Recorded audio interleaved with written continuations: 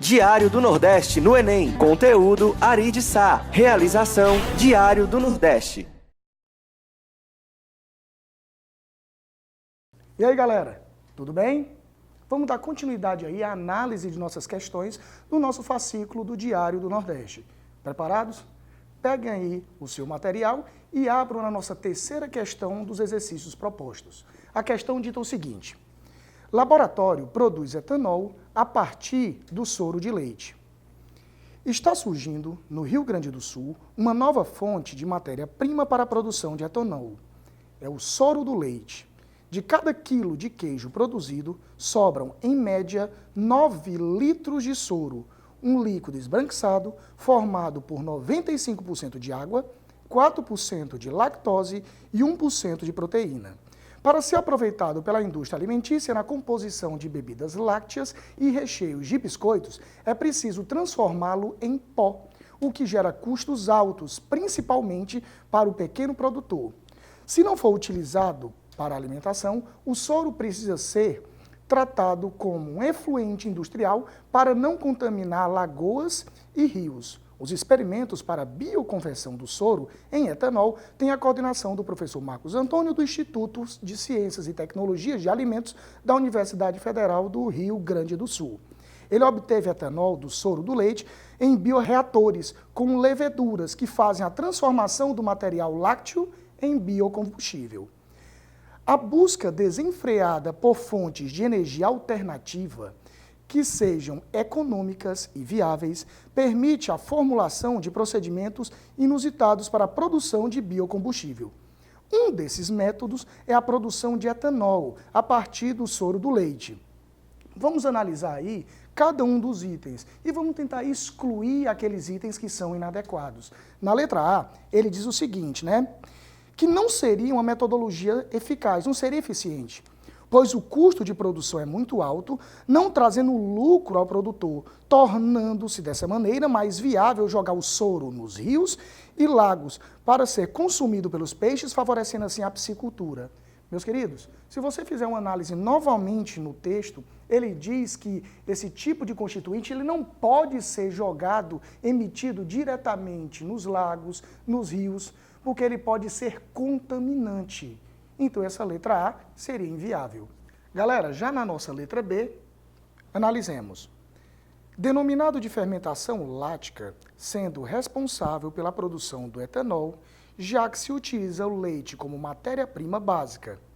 Dessa maneira, com o mesmo agente que é utilizado para a produção de determinados iogurtes, pode ser utilizado na produção de biocombustível, diminuindo o custo do produtor. Meus amigos, observe que o meu objetivo é produzir um biocombustível. O meu objetivo é produzir, o etanol. E para produzir o etanol, eu não utilizo a fermentação sendo ela lática, mas sim a fermentação alcoólica. Portanto, esse item também se torna inadequado. Na letra C, que fermenta o soro do leite ocorrendo em bioreatores, devendo ser feito em um ambiente extremamente arejado para permitir o maior fluxo de ar atmosférico para o interior do recipiente, permitindo assim que a reação seja catalisada e a produção do biocombustível seja intensificada para que o produtor tenha lucro. Bom, observemos que eu estou trabalhando com um processo fermentativo, e o processo fermentativo seria um processo anaeróbio, ou anaeróbico. Isso quer dizer que ele se dá na ausência do oxigênio. Portanto, ele vai ter que ser feito em um local vedado, fechado, não arejado. Essa letra C também se torna inviável. Na letra D de dado, considerando aí a fermentação do soro do leite em bioreatores, onde a lactose e a proteína encontradas nesse líquido esbranquiçado passam por um processo, anaeróbio, alcoólico. Observe aí que ele está trabalhando aí com um procedimento anaeróbico e alcoólico, a fim de produzir quem? O álcool etílico, que seria utilizado aí como biocombustível. E ele ainda coloca assim, para que haja a produção do etanol e que seja utilizado, obviamente, como biocombustível. Se você observar com carinho, você nota que esse item se torna correto, coerente. Então, até agora, resposta à letra D. Mas vamos analisar a letra E e vamos excluí-lo também. A letra E dita o seguinte, que se tornaria mais eficaz se, ao invés de colocarmos leveduras nos bioreatores, inseríssemos algas que promovem a fotossíntese. Meus amigos, se eu estiver trabalhando com processo fotossintético, eu não vou produzir o álcool que será utilizado como biocombustível. Portanto, relembrando, gabarito, resposta, letra D. Galera, continuando aí com a nossa sequência de resoluções, eu gostaria que você pegasse o nosso fascículo do Diário do Nordeste e visualizasse a 14ª questão. A 14ª questão dita o seguinte: biópsia líquida acha câncer no sangue. Estudos atestam a eficácia do uso de DNA tumoral circulante como marcador biológico para detecção e monitoramento de doenças. 2 estudos publicados ontem nos Estados Unidos comprovam a eficácia de uma técnica que, num futuro próximo, poderá permitir o monitoramento do câncer por meio de exames de sangue e, talvez, num futuro um pouco mais distante, a detecção super precoce de tumores pequenos demais para serem percebidos pelos métodos de diagnósticos convencionais. Apelidada de biópsia líquida, a estratégia é baseada na análise de pedaços de DNA que vazam dos tumores para a corrente sanguínea, chamado de DNA tumoral circulante. Eles funcionam como impressões digitais da doença, que o cientista pode ler para extrair informações genéticas essenciais para a caracterização do tumor e a seleção do melhor curso de tratamento. Admitindo que os genes responsáveis pela manifestação da neoplasia maligna, ou seja, para os cânceres, são de expressividade dominante, podemos inferir que... Bom, gente, essa questão é muito interessante. Observe que ele está trabalhando com conceitos de genética vinculando a processos carcinogênicos, tumorais, cancerígenos. E ele dita algo extremamente importante. Ele informa que são de expressividade dominante. Portanto, se nós trabalharmos com a expressividade dominante, a presença do alelo dominante irá já se manifestar de modo a fazer com que a característica, obviamente, seja expressa. Em resumo, ele dita na letra A o seguinte, somente se expressaria em homozigose. Se eu estou trabalhando com algo que se expressa na presença do alelo dominante, independente da presença do outro alelo, sendo ele dominante ou recessivo, esse caráter já se expressaria. Portanto, não há necessidade da obrigatoriedade dele se expressar em homozigose, ou seja, a presença de 2 alelos iguais, sendo eles dominantes. Na letra B, dita-se o seguinte: são necessários 2 cópias do mesmo gene para manifestar o câncer. Galera, na letra B, eu só estou traduzindo, digamos assim, o que foi dito na letra A. Na letra A, ele está dizendo que só se manifestaria em homozigose, ou seja, supondo que o alelo azão, por exemplo, ele acabe manifestando o câncer, sendo ele dominante, e o alelo azinho não manifestasse o câncer, na presença apenas do alelo dominante, azão, independente do seu par, independente daquele que se encontra ao seu lado, azão ou azinho, o caráter já se expressaria. Então essa letra B também estaria errada. Na letra C, encontra-se situado na porção não homóloga do cromossomo X. Quando nós trabalhamos com os cromossomos sexuais, X e Y, nós encontramos realmente uma região homóloga, que é presente em ambos os cromossomos, mas existe uma área entre o X e o Y que não são homólogas, ou seja, estar presente em um, mas não está presente no outro.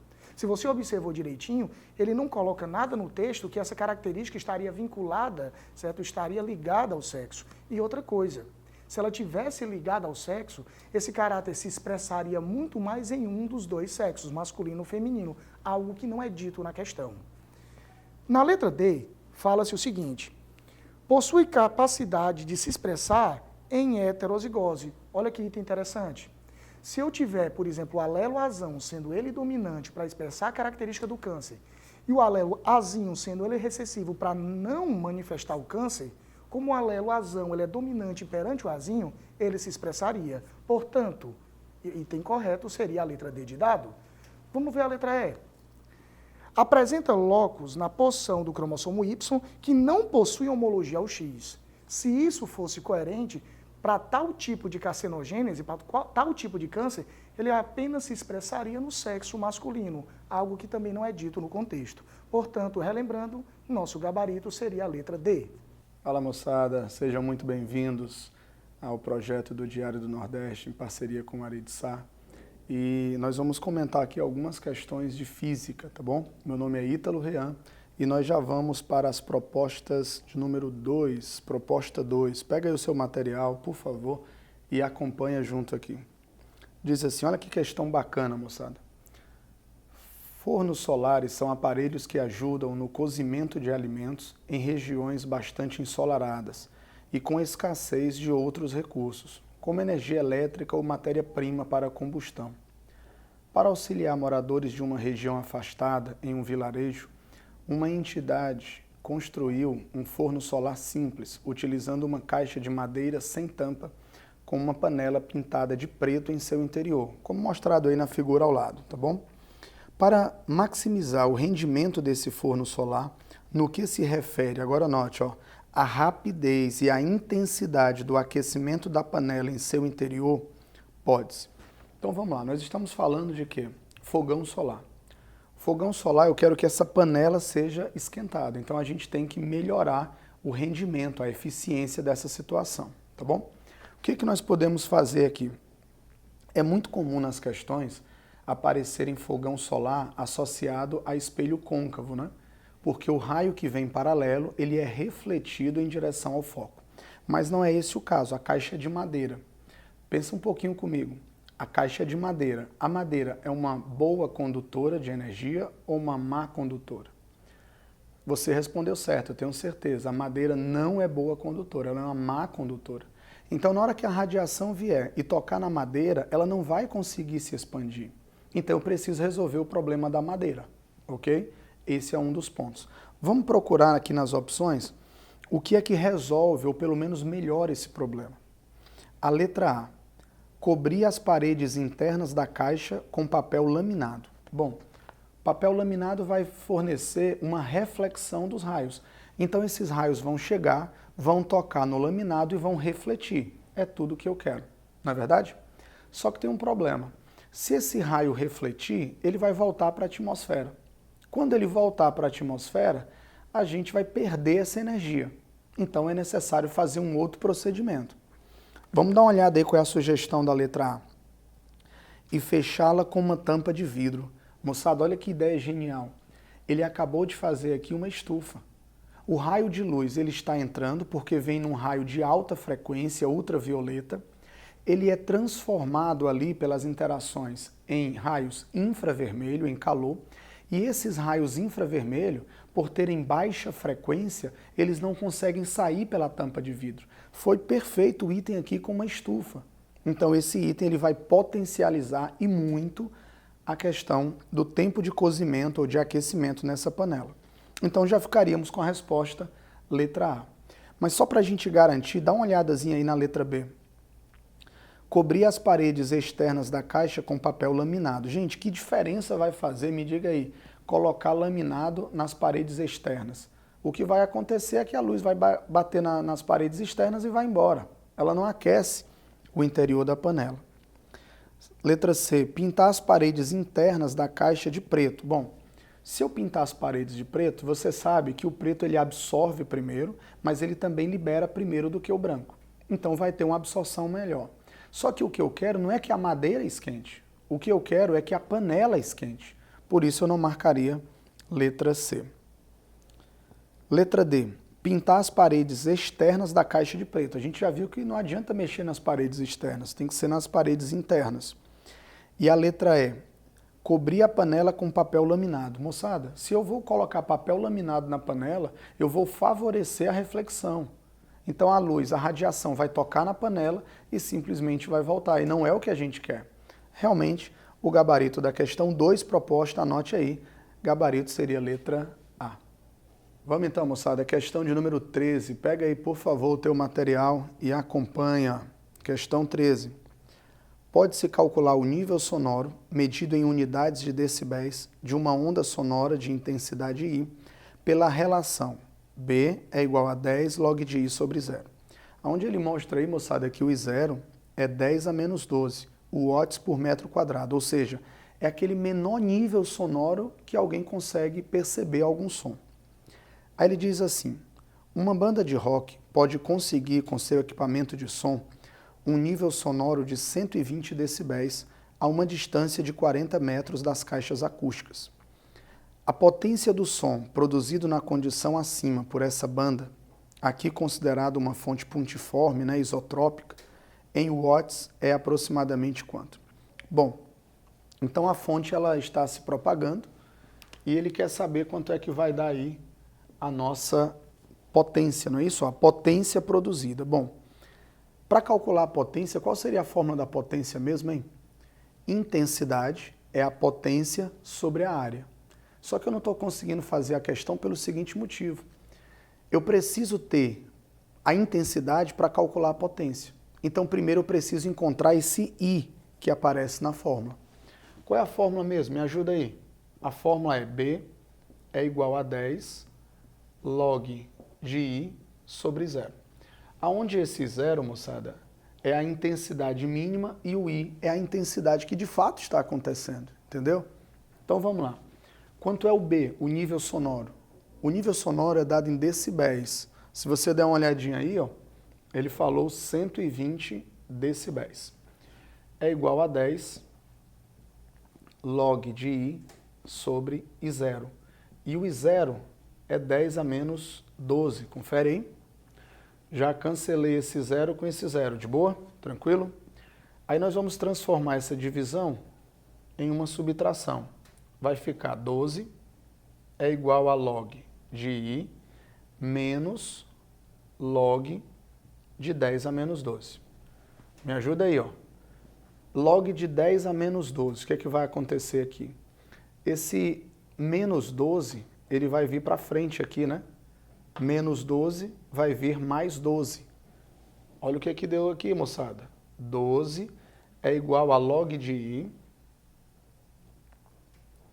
Aí vai ficar menos com menos mais 12.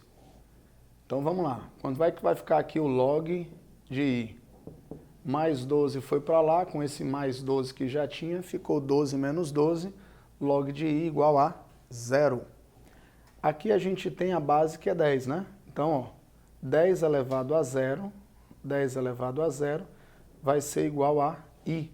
Ou seja, o cara que tem 120 decibéis, a banda de rock lá, 120 decibéis, a intensidade sonora dele está dando 10 elevado a 0, ou seja, 1 watt para cada metro quadrado. Tranquilo aí? Então a gente fez aqui a primeira parte, onde nós descobrimos a intensidade. Lembra por que eu fui atrás dessa intensidade? É porque a gente estava querendo o quê? A potência. Então vamos lá. Deu tempo de copiar aí? Vou apagar, hein? Então vamos aqui, ó. Nosso objetivo é encontrar quanto dá a potência, não é assim? Então, ó, é o nosso passo 2. Intensidade é a potência sobre a área. Confere? Intensidade é a potência sobre a área. E agora aqui, você vai ter que ter um cuidado. Muita gente boa mesmo, dá uma vacilada. Que área é essa daqui? Nós estamos falando da área do som, ou seja, é uma esfera. A área da esfera. E qual é a área da esfera mesmo, moçada? A área da esfera, ó, 4πr², tá bom? Agora é trocar os dados. Quanto foi a intensidade que a gente achou? A intensidade vale 1. A potência é o que eu quero. 4πr². 4, o valor do π, 3,14, vezes o raio. Ele disse que o raio era quanto aí na questão? 40 metros e tudo isso ao quadrado, tá bom? Fazendo essas continhas aqui, nós vamos encontrar o valor da potência, né?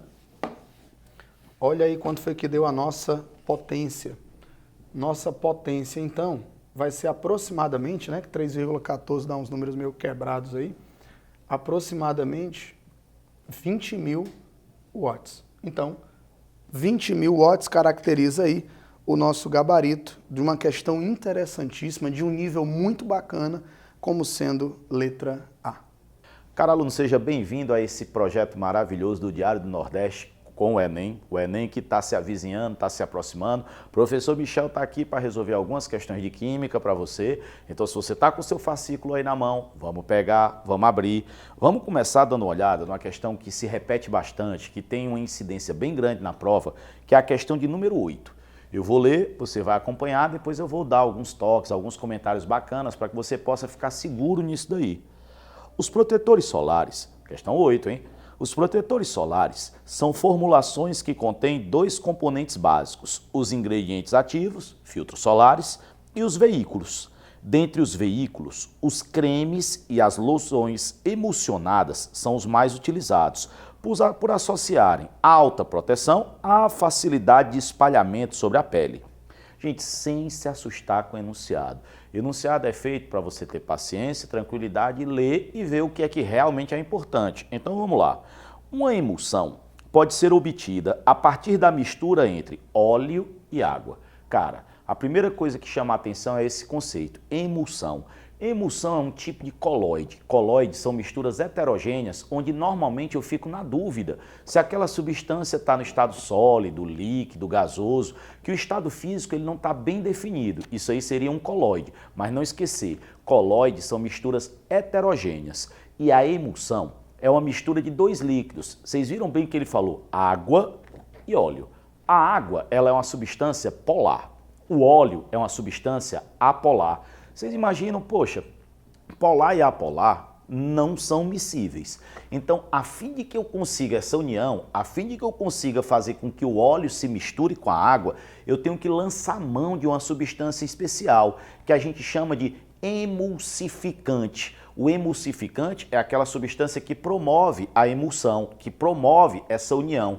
Cara, se a água é polar e o óleo é apolar, essa substância ela tem que ter as duas características. Tem que ter uma parte polar e tem que ter uma parte apolar. A gente chama essa substância de anfifílica, ambas as afinidades. A gente também pode chamar essa substância, você vai pensar, poxa, se ela é polar e apolar, cuidado para não fazer confusões, ela é anfifílica ou ela vai ter as duas características, ela é lipofílica e hidrofílica. Então a gente já sabe, ela é anfifílica. Cuidado para não confundir com anfótera. Anfótera quer dizer que é ácido e base, tá? Ela é anfifílica. Beleza, beleza. Ela pode ser chamada também de anfipática. Não custa nada, né, a gente lembrar o termo anfipática para não deixar escapar isso daí e a gente conseguir fazer um Enem maravilhoso. Então bora. Ele diz que essa emulsão, essa mistura, ela é obtida a partir do óleo e da água por meio da adição de um agente emulsificante ou emulsionante. O laurato de sacarose, por exemplo, é um agente emulsionante utilizado no preparo de emulsões. Aí ele dá a fórmula. Gente, chama a atenção quando ele dá essas substâncias orgânicas grandes. Vocês procurarem logo hidroxila, procurar logo o OH. Vocês olham que na parte de baixo dessa molécula tem várias hidroxilas. Se eu tenho várias hidroxilas, eu vou ter uma forte atração para com a água. Então essa região, ela é fortemente polar. Quando você olha a parte de cima da cadeia, você vê uma cadeia longa, só de carbonos e hidrogênios. É apolar. Então, morreu. Eu tenho uma parte polar e eu tenho uma parte apolar. Eu tenho uma parte hidrofílica e eu tenho uma parte lipofílica. Eu tenho uma parte que se dissolve na água e uma parte que se dissolve no óleo. Então eu vou conseguir misturar. Quero um exemplo de emulsão característica simples que a maioria conhece, é a maionese. Como é que você consegue maionese? Misturando água e óleo. Quem é o emulsificante? É o ovo, né? Então você coloca o ovo e consegue misturar a água e o óleo. Se ligou? Assim, a ação emulsionante do laurato de sacarose deve-se à presença de grupos, letra A, hidroxila, que fazem ligação de hidrogênio com as moléculas de água. Gente, ele está dizendo a ação emulsificante, então deve-se à dupla característica, não é só a hidroxila. Letra B, de grupos lipofílicos, lipo, gordura, filos, afinidade, lipofílico, afinidade pela gordura. De longa cadeia carbônica polar que torna solúvel em óleo. Se o item A e o B tivessem juntos, estava certo, mas eles estão separados. O A diz que é só água, o B diz que é só óleo. Eu preciso dos dois ao mesmo tempo, tá fora? Letra C, hidrofílicos de cadeia longa e apolar. Opa, peraí. Hidrofílico de longa cadeia carbônica polar? Não tem condição. Se é hidrofílico, é afinidade pela água. Se é longa cadeia orgânica, é apolar, é afinidade pelo óleo. Tá fora, e aí você se garantiu. Letra D, hidrofílicos, afinidade pela água, e lipofílicos. O que o torna solúvel na fase aquosa e na fase oleosa. Se ligou como é tranquilo? É paciência para ler, chegar lá, marcar e se garantir. Letra D. Mas não custa nada olhar quem é o distrator da letra E. Por que a letra E ela estaria errada? Ó, hidrofílicos e lipofóbicos. Hidrofílico, afinidade pela água. Lipofóbico, fobia, medo. Medo da gordura. Então quer dizer que se eu sou hidrofílico, eu tenho afinidade pela água. Se eu sou lipofóbico, eu tenho medo da gordura, eu não me dissolvo na gordura. Isso não pode ser o emulsificante, porque o emulsificante tem que ter as duas características. Ele tem que ser lipofílico e hidrofílico. Ele tem que dissolver as duas. Esse tipo de questão, gente, com pontes de hidrogênio, com moléculas orgânicas de solubilidade, caem pra caramba. Bote uma coisa aí na sua cabeça. Os sabões e os detergentes são substâncias classicamente emulsificantes. Eles têm uma parte polar e eles têm uma parte apolar. Então, quando você pensa num emulsificante, num tensoativo, que é uma substância que quebra a tensão superficial comum, a gente lembra sabão e detergente. Tá feito? Então, a dica da questão 8 tá dada. Você já pega com calma, resolve, já dá aquele sorriso para ficar na boa. E vamos ver mais uma. Não nos custa nada. Vamos dar uma olhada na questão 10, que aparece uma parte da química que é bem interessante. Questão 10 tem assim: alguns fatores podem alterar a rapidez das reações químicas. Rapidez é um termo um pouquinho diferente para falar de velocidade, né? A reação química ela pode ser rápida, ela pode ser lenta. E aí ele está dizendo que, a seguir, destacam-se 3 exemplos no contexto da preparação e da conservação dos alimentos. Ó, vou preparar e conservar os alimentos. Ele dá 3 exemplos. Cuidado que às vezes vem assim, 3 afirmações e a gente já começa a querer colocar falso e verdadeiro. Gente, ele não pediu para você julgar os itens. Ele pediu claramente para você observar. Aí você diz, item 1. A maioria dos produtos alimentícios se conserva por muito mais tempo quando submetidos à refrigeração. Esse procedimento diminui a rapidez das reações que contribuem para a degradação de certos alimentos. Você já parou para perceber que se eu colocar um alimento na geladeira, ele se conserva durante muito mais tempo? Aí tu para e vê, poxa, mas por quê? Quando eu baixo a temperatura, eu baixo a agitação das moléculas. Se eu baixo a agitação das moléculas, elas colidem menos. E se elas colidem menos, eu vou ter uma reação mais lenta. Cara, se eu vou ter uma reação mais lenta, isso significa que o alimento vai se degradar de uma forma bem mais lenta. Então ele se conserva mais. Já parou para ver que se você botar no congelador, conserva ainda melhor? Você vai, poxa, mas por quê? Cara, se você coloca no congelador, além de baixar mais a temperatura, da reação ficar mais lenta, a água ela ainda fica sólida. Várias espécies que degradam a matéria, que ajudam a degradar ou a decompor a matéria, a apodrecer a matéria, elas precisam de água líquida para proliferar. Se a água estiver sólida, eu dificulto a proliferação de vários micro-organismos, então aumenta a conservação. Isso é o efeito da temperatura, né? Quando eu baixo a temperatura, eu baixo a velocidade das reações. De boa. Item 2. Um procedimento muito comum, utilizado em práticas de culinária, é o corte de alimentos para acelerar o seu cozimento, caso não se tenha uma panela de pressão. Gente, 2 coisas que quem gosta de cozinhar um pouquinho sabe bem. Se você vai fazer uma sopa, alguma coisa que envolva, sei lá, legumes, se você deixar o legume inteiro, uma batata inteira, uma cenoura inteira, demora muito mais a cozinhar do que quando você corta em pedaços. E quanto menores os pedaços, mais rápido cozinha, porque eu aumento a superfície de contato. Então, quando ele fala em cortar, picar, moer, ele está querendo aumentar a superfície de contato. O bacana aí também, ele falou panela de pressão. Vamos aproveitar que está na questão e vamos lembrar. O que é que uma panela de pressão faz? O nome é muito claro. ela faz pressão. Então, ali dentro, eu aumento a pressão, aquela pressão que o próprio vapor d'água faz, segura a água. Poxa, se eu estou segurando a água, se eu estou impedindo da água passar para o estado gasoso por causa de uma alta pressão, no lugar da água entrar em ebulição a 100, ela vai entrar em ebulição numa temperatura acima de 100, sei lá, 110, 115. Se ela vai entrar em ebulição numa temperatura acima de 100, quer dizer que o alimento, no lugar de cozinhar a 100, vai cozinhar a 110, a 115. Se vai cozinhar numa temperatura maior, vai cozinhar mais rápido. Então, qual é a consequência de uma panela de pressão na velocidade? Ela aumenta. Mas não esquecer, por que a panela de pressão aumenta a velocidade da reação? A panela de pressão aumenta a velocidade de uma reação porque ela aumenta a temperatura de ebulição, tá ligado? Item 3. O item 3 ele diz, na preparação de iogurtes, adicionam-se ao leite bactérias produtoras de enzimas, que aceleram as reações envolvendo açúcares e proteínas. Gente, sempre importante lembrar, por isso que eu escolhi essa questão para você dar uma olhada. Quando você pensa numa enzima, o que seria uma enzima? Um catalisador. O que é um catalisador? É uma substância que baixa a energia de ativação e quando eu baixo a energia de ativação, eu aumento a velocidade. Quanto menor a energia de ativação, maior a velocidade da reação. Então, quando eu boto uma enzima, quando eu boto um catalisador, ele faz com que a velocidade seja maior. O único lance que vocês têm que lembrar é que uma enzima é uma proteína. E uma proteína, se eu aumentar a temperatura, ela pode ser desnaturada, ela pode perder a sua configuração espacial, entre aspas, ela pode deixar de funcionar.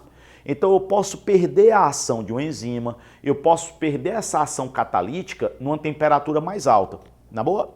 Aí ele diz assim, ó, com base no texto, quais são os fatores que influenciam a rapidez das transformações químicas relacionadas a 1, a 2 e a 3? Vocês lembram lá na 1 que ele falou de refrigeração, então é temperatura. Vocês lembram na 2 que ele falou de cortar, picar o alimento? Quanto mais tiver em pedacinhos pequenos, maior a superfície de contato. Então é superfície de contato. E no 3, ele fala aí da preparação de iogurte usando enzima. O que é enzima? É um catalisador biológico. Então se vocês olharem, só sobra pra gente temperatura, superfície de contato e catalisadores, o que dá letra C de casa. Numa boa? Então essas são duas questões bem interessantes para que você possa, nesse grande projeto aí do Diário com o Enem, fazer uma excelente prova. Um abraço grande e até a próxima. Diário do Nordeste no Enem. Conteúdo Ari de Sá. Realização Diário do Nordeste.